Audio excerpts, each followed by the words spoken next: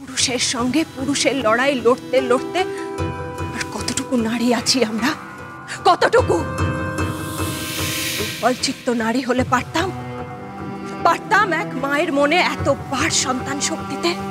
থাক, এসব কথা এখন থাক পদ্মাবতী। তুমি এখন ভাবো, খুব ভালো করে ভাবো যে এরপর আমাদের কি করণীয়। সনকা তো চাঁদকে ধরে রাখতে ব্যর্থ হলো,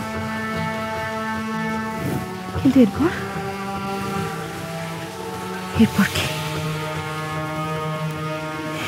কি তাহলে সামুদ্রিক ঝড়, যেমনটা তোমার পরিকল্পনা ছিল? কি লাভ তাতে, কি লাভ? যদি সমুদ্রে ঝড় ওঠেও, সেই ঝড়ে যদি ডুবেও যায় চাঁদের সপ্তডিঙা, তারপর চাঁদ তো ঘোষণা করেই গেছে চম্পক নগরীতে ফিরলেও নিজের বাড়িতে সে আর কোনোদিনও পা রাখবে না। সে চিরকালের মতো ত্যাগ করে চলে গেছে তার পরিবার, তার সংসার, তার 7 মহলা অট্টালিকা। এত ঝড় তুফান তুলে এত চক্রান্ত করে কি লাভ হলো দিদি? চাঁদকে যদি তার আপনজনদের মধ্যে ফেরাতেই না পারি, সুখ দুঃখে তার পরিবারের সঙ্গে তাকে জড়িয়ে না দিতে পারি, কি লাভ এত কিছু করে? কোন মায়ার বাঁধনে বাধা পড়বে সে? কি করে তৈরি হবে চাঁদের লক্ষিন্দরের প্রতি পিছুটা? কি করে?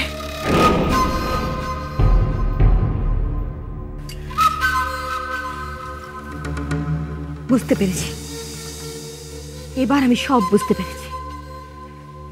চাঁদ তার জেদ অহংকার নিয়ে আবার আমাদের সাফল্যের পথ আগলে দাঁড়িয়েছে। কিন্তু এত সহজে হাল ছাড়লে চলবে না বোন। সব নষ্টের মূলে সনকা। কেন সে আমার পুজো করার হুমকি দিতে গেল চাঁদকে? সাথে আমি তাকে মূর্খ বলেছি? এতদিনেও নিজের দাম্ভিক স্বামীকে সে চিনল না, বুঝলো না তার হুমকিতে হিতে বিপরীত হতে পারে। তার এই দূরদৃষ্টির অভাব, তার বুদ্ধিহীনতার জল ঢেলে দিল আমার সমস্ত পরিকল্পনায়। সনকার হুমকির জন্যই ক্ষিপ্ত চাঁদ এরম একটা চূড়ান্ত সিদ্ধান্ত নিল। কেন এরম অনর্থ ঘটালো সনকা? কি চায় সে? আপনি নিশ্চয়ই ভাবছেন শোকে দুঃখে আমি পাগল হয়ে গেছি। তা না হলে এক সামান্য অনাথা অসহায় দুর্বল মেয়ে মানুষের কিসের এত বড় আসপত্তা? নিজের ভাগ্যকে নিজেই বদলাবে বলে ঢেরা পিটাচ্ছে সে। এত বড় সাহস সে পায় কোত্থেকে? না ভোলানাথ, এ কোনো পাগলের প্রলাপ নয়।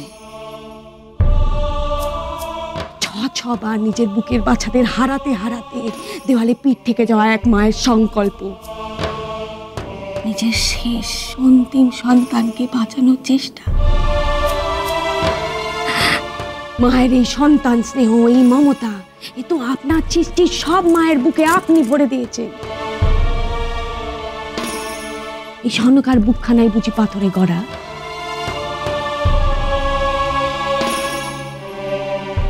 ঈশ্বর, শুনেছি এই জগতে যা হয় সবই নাকি আপনার ইচ্ছের অধীন।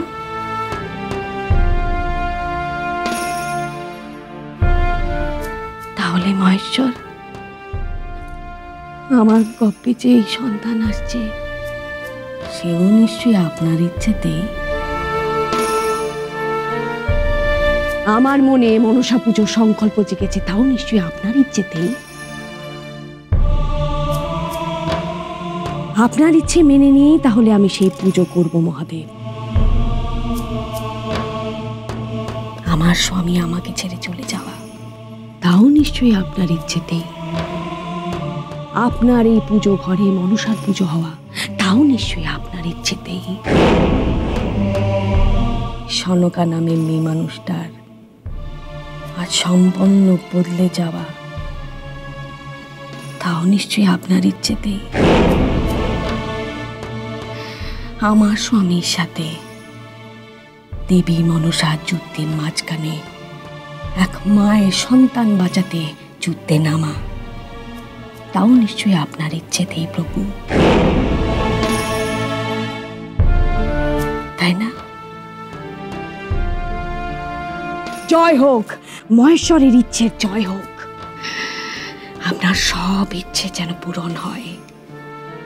আপনার আদেশ মনে করে আমি মাথা পেতে নিলাম। তোর বন্ধ করে মহেশ্বরের সাথে কি বোঝাপড়া তুমি করছো বৌমা আমি জানি না। দোহাই তোমার বৌমা আর অনর্থ ঘটিও না। আমি জানি বৌমা, আমি জানি তোমার এখন মাথা ঠিক নেই। রাগের বসে আর ভুল করে বসো না বৌমা। মহেশ্বরকে কটু কথা শুনিও না বৌমা। তিনি রুষ্ট হলে তো সবকিছু রসাতলে যাবে। এই বিপদের মধ্যে আর বিপদ বাড়িও না মা। শুনতে পাচ্ছ বৌমা? শুনতে পাচ্ছ বৌমা?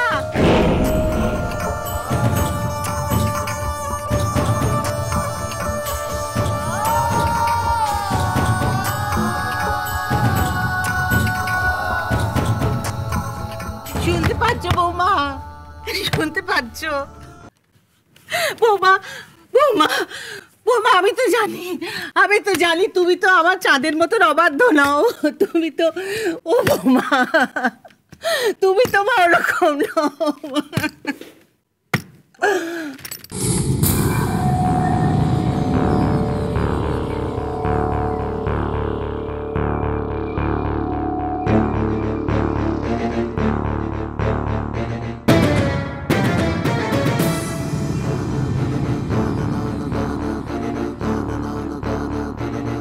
বৌমা তুমি আজ থেকে সব জোগাড় যন্ত্র শুরু করুন না। অনেক কাজ, সকলে মিলে হাতে হাতে এখন থেকে সব কাজ সারতে হবে। কিসের কাজ? কি বলছো তুমি? কিসের জোগাড় যন্ত্র? মা মনসার পুজো। মা প্রথমবার এই ভিটেতে মা মনসার পুজো হবে। ধুমধাম করে তো তা করতেই হবে। চম্পকনগরীর সব মানুষদের নেমন্তন্ন থাকবে তাতে, সেই মহাপুজোতে। কাজ কি কম মা? এই ভিটেতে মনসার পুজো তাহলে তুমি করবেই? করবই। আমি যে মা, আমি তো আপনার ছেলের মতন ঘাট থেকে সব দায় নামিয়ে দিয়ে চিরকালের মতন পালিয়ে যেতে পারি না মা। যে আসছে সে যাতে অক্ষয় আয়ু নিয়ে আসতে পারে, এ বংশের বিদিন যাতে চালিয়ে রাখতে পারে, তার উপায় তো আমাকেই ঠিক করতে হবে মা। মনসা পুজো হবে, হতেই হবে।